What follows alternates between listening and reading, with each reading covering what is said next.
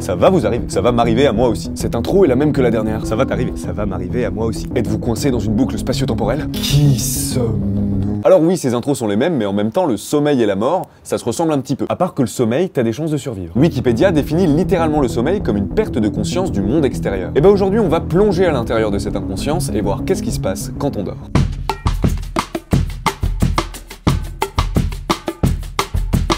Aujourd'hui, je vais vous parler du sommeil dans sa forme la plus basique. Parce que je sais qu'il existe beaucoup de troubles du sommeil, comme la paralysie, le somnambulisme, les ronflements quand t'as trop bu. Oh, faut pas juger, ça arrive. Et plein d'autres. Et oui, je dis plein d'autres parce que j'en ai pas d'autres à citer. Et du coup, je vais pas aborder ces sujets aujourd'hui. Nous, on va se concentrer sur le sommeil classique quand tout va bien. Ouais, allez. Wow, calm down. Tout le monde se calme.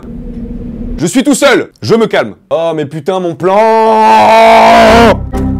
J'ai besoin de sommeil. Le sommeil, ça varie en fonction de si t'es bébé, ado ou adulte. Je pense qu'on peut partir du principe qu'aucun bébé n'est devant cette vidéo, et qu'on est plus ou moins entre ado et adulte. Du coup, on va parler de ces deux derniers cas. A priori, que t'aies 17 ou 35 ans, t'auras toujours les mêmes phases de sommeil. Pas forcément réparties de la même manière, pas forcément de la même qualité, mais elles seront toujours présentes. Donc on distingue plusieurs phases qui, mises ensemble, forment un cycle entier, qui dure environ 1h30.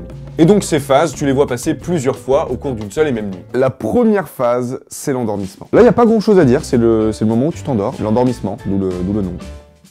Facile. Ensuite, on passe au sommeil lent, aussi appelé le sommeil lent léger. Je suis censé faire un mec qui va s'endormir, on dirait j'ai fait un accident de la route. Et à lui tout seul, il représente environ la moitié d'un cycle du sommeil. Donc la moitié d'1h30. À ce moment-là, la température de ton corps et ton rythme cardiaque ils vont chuter. Et tes muscles ils vont alterner entre des phases de tension et de relaxation. Ensuite, on passe au sommeil profond, aussi appelé sommeil lent profond. Lui, c'est vraiment le sommeil le plus réparateur et apparemment, il renforcerait même le système immunitaire. Et à la fois, c'est aussi le moment où tu peux être pris de somnambulisme ou même pisser dans ton lit. Et on arrive enfin à la phase du sommeil paradoxal. Il est paradoxal parce que ton cerveau, il est on fire!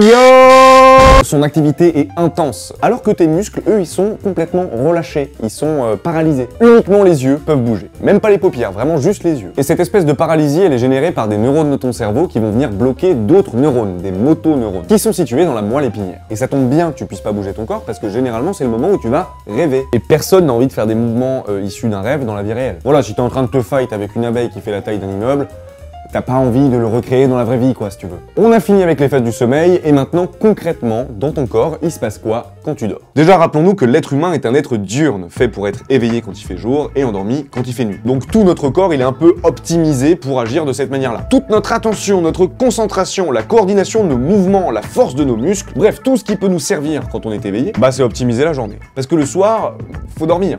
Ouais. Et d'ailleurs, si t'es toujours réveillé entre 2h et 5h du matin, ta vigilance à ce moment-là, elle est à chier, elle pue du cul, elle est éclatée. Désolé, c'est pas moi qui le dis. On va dire que le soir, c'est une autre ambiance dans ton corps. On n'est plus du tout dans le registre de la force optimale, mais plutôt dans la diffusion de cellules qui aident à lutter contre les infections de ton organisme. En gros, pendant la journée, dans ton corps, ça court dans tous les sens, et l'équipe de nuit prend le relais pour nettoyer, renforcer, mettre à jour. D'ailleurs, ça fait un petit moment maintenant que les scientifiques savent que le sommeil, c'est bon pour la mémoire. Quand tu dors, ton cerveau stocke les données apprises la journée même. Du coup, si aujourd'hui, t'as rien foutu à part regarder Paris est à nous sur Netflix, ton cerveau, il va pas stocker grand chose. Parce que non seulement il stocke les données, mais en quelque sorte, il va les traiter aussi. Il va faire le tri entre ce qui est important et ce qui l'est moins. Et j'ai également lu que le cerveau, lors du sommeil, il était capable de modifier certains souvenirs pour les améliorer. Et cette information m'a tout de suite fait sentir victime de mon sommeil, de mon cerveau. C'est trop con, c'est comme si tu te manipulais toi-même. Tu es la marionnette et le marionnettiste. Tu es la peluche et Jeff Panaclock. Je n'ai pas... J'y connais rien en prestidigitateur. En fait, t'as l'impression de contrôler ton cerveau tout au long de la journée, genre tu réfléchis, tu fais des trucs, enfin, t'es conscient de ce que tu fais, quoi, et t'as l'impression que c'est ta décision. Mais en fait, même quand toi, t'es plus dispo du tout parce que, bah, tu dors, ton cerveau, lui, continue à travailler. Et sur ton dos, en plus. Le cerveau, c'est le premier capitaliste, je te jure. Et petite parenthèse, j'ai vu dans la dernière vidéo que vous aviez trouvé la fin un peu trop subite, sans transition. Eh bien, à bientôt.